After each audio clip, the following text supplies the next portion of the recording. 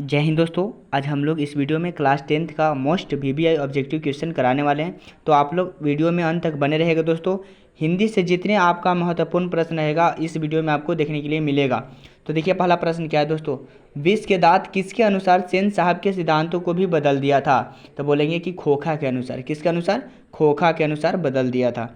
इसी तरह से दूसरे नंबर प्रश्न को देखेंगे दोस्तों, एक ही लड़के आगे चलकर गुंडे चोर डाकू बनते हैं, यह पंक्ति कहानी के किस पात्र ने कही है। तो बताएंगे कि सेन साहब ने कहे हैं। कोई किस पात्र ने कही है? सेन साहब के पात्र ने कही है। इस तरह से तीसरे नंबर प्रश्न को देखेंगे दोस्तों, विष के दांत के लेखक कौन है। तो विष के दांत के लेखक हमारे कौन है दोस्तों? नलिन विलोचन शर्मा। कौन है? नलिन विलोचन शर्मा। ये 2019 में पूछा हुआ प्रश्न है दोस्तों। इस तरह से चौथे नंबर प्रश्न को देखेंगे हम लोग, विष के दांत समाज के किस वर्ग को मानसिकता उजागर करती है। बताइए जल्दी से, इसको कमेंट बॉक्स में बताइए तो दोस्तों, विष के दांत समाज के किस वर्ग को मानसिकता उजागर करती है। बताइए दोस्तों। तो हम लोग बताएंगे, देखिए कमेंट बॉक्स में ज़रूर बताइए दोस्तों इसका आंसर क्या होगा। आपको होमवर्क में दे दें क्या दोस्तों, इसको HW में दे दें आप लोग के लिए। आप लोग कमेंट बॉक्स में कमेंट करके बताइएगा तो कि विष के दांत समाज की किस वर्ग को मानसिकता को उजागर करती है। देखिए दोस्तों कौन से वर्ग को? मध्य वर्ग को। कौन से दोस्तों? मध्य वर्ग को। इसी तरह से पाँचवें नंबर प्रश्न को देखेंगे हम लोग, विष के दांत कैसी कहानी है। तो विष का दांत बोलेंगे कि हमारा सामाजिक और मानव वैज्ञानिक दोनों है। तो देखिए लास्ट ऑप्शन में A और B दोनों है दोस्तों, तो ऑप्शन नंबर D होगा, सामाजिक भी होगा और मानव वैज्ञानिक भी होगा दोस्तों। इस तरह से छठे नंबर प्रश्न को देखेंगे, विष के दांत कहानी के किस वर्ग के अनेक अंतर्विरोधी को उजागर करती है। तो बताएंगे कि मध्य वर्ग की। किस वर्ग की दोस्तों? मध्य वर्ग की। ऑप्शन नंबर A होगा। इसी तरह से सातवें नंबर प्रश्न को देखेंगे हम लोग, नलिन विलोचन शर्मा जन्मतः कौन से भाषा भाषी थे। तो हम बताएंगे कि भोजपुरी थे। नलिन विलोचन शर्मा जन्मतः कौन से भाषा भाषी थे। तो भोजपुरी थे। कौन से दोस्तों? भोजपुरी थे। इसी तरह से 8वें नंबर प्रश्न को देखेंगे, नलिन विलोचन शर्मा का जन्म कहाँ हुआ। तो बताएंगे कि नलिन विलोचन शर्मा का जन्म पटना में हुआ था। कहाँ में हुआ था? पटना के बदरघाट स्थान पे हुआ था दोस्तों। इसी तरह से 9वें नंबर प्रश्न को देखेंगे हम लोग, नलिन विलोचन शर्मा का जन्म कब हुआ। नलिन विलोचन शर्मा का जन्म 1916 में हुआ था। कब हुआ था दोस्तों? 1916 में हुआ था। इसी तरह से 10वें नंबर प्रश्न को देखेंगे हम लोग दोस्तों, नलिन विलोचन शर्मा की माता की का नाम क्या था। नलिन विलोचन शर्मा की माता का नाम क्या था दोस्तों? आप लोग इसको कमेंट बॉक्स में बताइए तो दोस्तों, नलिन विलोचन शर्मा की माता का नाम क्या था। जल्दी से बताइए तो कमेंट बॉक्स में दोस्तों, क्या होगा? रत्नावती शर्मा। सही एकदम है दोस्तों, रत्नावती क्या होगा? शर्मा होगा। इसी तरह से 11 नंबर प्रश्न को देखेंगे दोस्तों, लेखक ने MA किस विश्वविद्यालय से किया। लेखक ने MA किस विश्वविद्यालय से किया। तो बोलेंगे कि पटना विश्वविद्यालय से किए थे। कौन से विद्यालय से किए थे? पटना विश्वविद्यालय से। इस तरह से 12 नंबर प्रश्न को देखेंगे दोस्तों, नलिन विलोचन जी की मृत्यु कब हुई थी। तो नलिन विलोचन जी की मृत्यु 1961 में हुई थी। कब हुई थी दोस्तों? 1961 ईस्वी में हो गई थी। इसी तरह से 13 नंबर प्रश्न को देखेंगे हम लोग, नलिन विलोचन शर्मा किस भाषा किस शैली के आलोचक थे। नलिन विलोचन शर्मा किस शैली के आलोचक थे दोस्तों। तो बताएंगे हम लोग कि आधुनिक शैली का थे।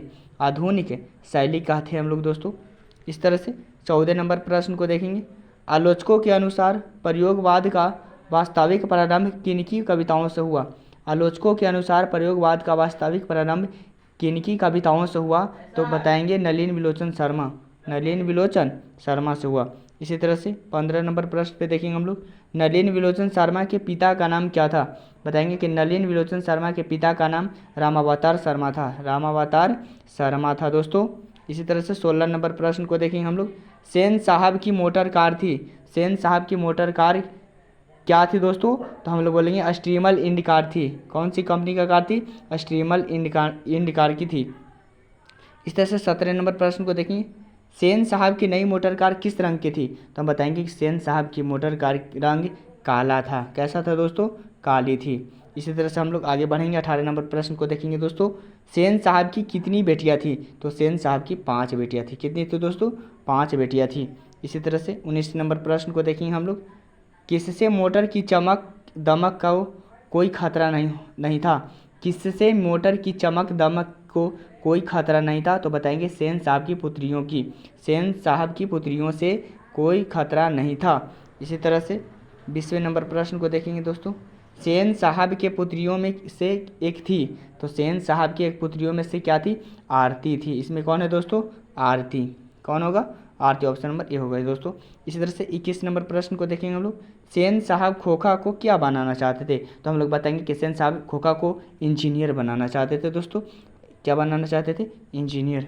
इसी तरह से 22 नंबर प्रश्न को देखेंगे।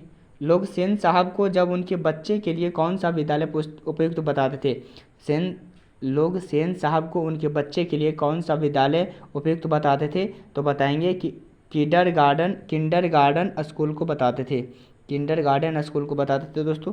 इस तरह से 23 नंबर प्रश्न को देखेंगे हम लोग। मदन के पिता का क्या नाम था, तो मदन के पिता का नाम गिरधर लाल था। क्या था दोस्तों, गिरधर लाल था। ऑप्शन नंबर सी होगा। इसी तरह से 24 नंबर प्रश्न को देखेंगे। दुर्ललित का शब्दार्थ है, दुर्ललित का शब्दार्थ क्या है दोस्तों, जल्दी से बताइए तो आप लोग कमेंट बॉक्स में कमेंट करके कि दुर्ललित का शब्दार्थ है क्या है हमारा, तो बताएंगे कि लार प्यार में बिगड़ा हुआ, लार प्यार में क्या दोस्तों, बिगड़ा हुआ। इसी तरह से 25 नंबर प्रश्न को देखेंगे हम लोग। नलिन विलोचन शर्मा के स्कूल की पढ़ाई कहाँ हुई, तो नलिन विलोचन शर्मा के स्कूल का पढ़ाई पटना कॉलेजिएट स्कूल में हुआ था, पटना कॉलेजिएट स्कूल में हुआ था दोस्तों। ऑप्शन नंबर डी होगा। इस तरह से 26 नंबर प्रश्न को देखेंगे हम लोग। मदन ने कासू के कितने दांत तोड़ डाले, तो मदन ने कासू को 2 दांत तोड़ डाले थे। कितने दांत दोस्तों, 2 दांत तोड़ डाले थे। इसी तरह से 27 नंबर प्रश्न को देखेंगे। खोखा किसको कहा गया, खोखा किसको कहा गया, तो बताएंगे खोखा कासू को कहा गया था। किसको दोस्तों, सॉरी कासू को। ऑप्शन नंबर सी होगा, कासू को कहा गया था। इस तरह से 28 नंबर प्रश्न को देखेंगे दोस्तों। विष के दांत कहानी ली गई है, विष के दांत कहानी ली गई है, तो विष के किससे लिया गया दोस्तों, विष के दांत और अन्य कहानियाँ संग्रह से ली गई है। विष का दांत कहानी ली गई किससे, विष के दांत तथा अन्य कहानियाँ संग्रह से लिया गया है दोस्तों। ऑप्शन नंबर बी होगा। इसी तरह से 29 नंबर प्रश्न को देखेंगे दोस्तों। सेन साहब का मित्र क्या था, तो सेन साहब का मित्र पत्रकार था। क्या था दोस्तों, पत्रकार था दोस्त। उनका जो सेन साहब का था वो पत्रकार था। इस तरह से 30वें नंबर प्रश्न को देखेंगे दोस्तों। गिरधर लाल कौन है, तो गिरधर लाल कौन है दोस्तों, तो गिरधर लाल मदन की पिता है। मदन का क्या है, पिता, मदन का पिता है। ऑप्शन नंबर बी होगा। अगर आप लोग को वीडियो पसंद आएगा दोस्तों तो चैनल को सब्सक्राइब करना मत भूलिएगा और वीडियो को लाइक करना मत भूलिएगा दोस्तों। आपके नज़र में जितने 2025 के लिए तैयारी कर रहे हैं उन सभी लोगों के पास आप इस वीडियो को शेयर ज़रूर से ज़रूर करिएगा दोस्तों। जय हिंद दोस्तों।